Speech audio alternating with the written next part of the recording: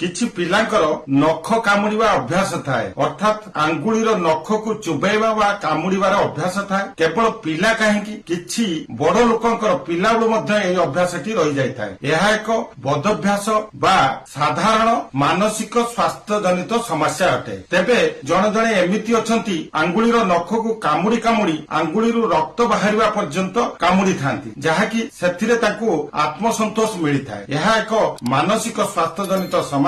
ତେବେ ଏପରି ସମସ୍ୟା ଯଦି ଆପଣଙ୍କ ପିଲାଠାରେ ଅଛି, ତେବେ ଏଥିପାଇଁ ଆପଣମାନେ ହୋମିଓପାଥିକର ଉପଚାର କରିପାରିବେ, ଯେମିତିକି ଅରୁମ୍ ଟ୍ରାଇଫାଇଲମ୍ 30। ଏହାକୁ ସକାଳେ ଏବଂ ସନ୍ଧ୍ୟାରେ ଖାଇବା ପୂର୍ବରୁ ପିଲା ହେଇଥିଲେ 1 ଠୋପା କରି 2 ଥର ଏବଂ ବଡ ଲୋକ ହେଇଥିଲେ ସକାଳୁ 2 ଠୋପା ଏବଂ ସନ୍ଧ୍ୟାରେ 2 ଠୋପା କରି 1 ରୁ 2 ମାସ ପର୍ଯ୍ୟନ୍ତ ନିୟମିତ ଭାବରେ ଦେଲେ ଦେଖିବେ ଏହି ଅଭ୍ୟାସ ଆଉ ତାଙ୍କର ନଥିବ, ଅର୍ଥାତ୍ ଆପଣଙ୍କ ପିଲା ଆଉ ନଖ କାମୁଡିବା ଜନିତ ସମସ୍ୟା ନଥିବ।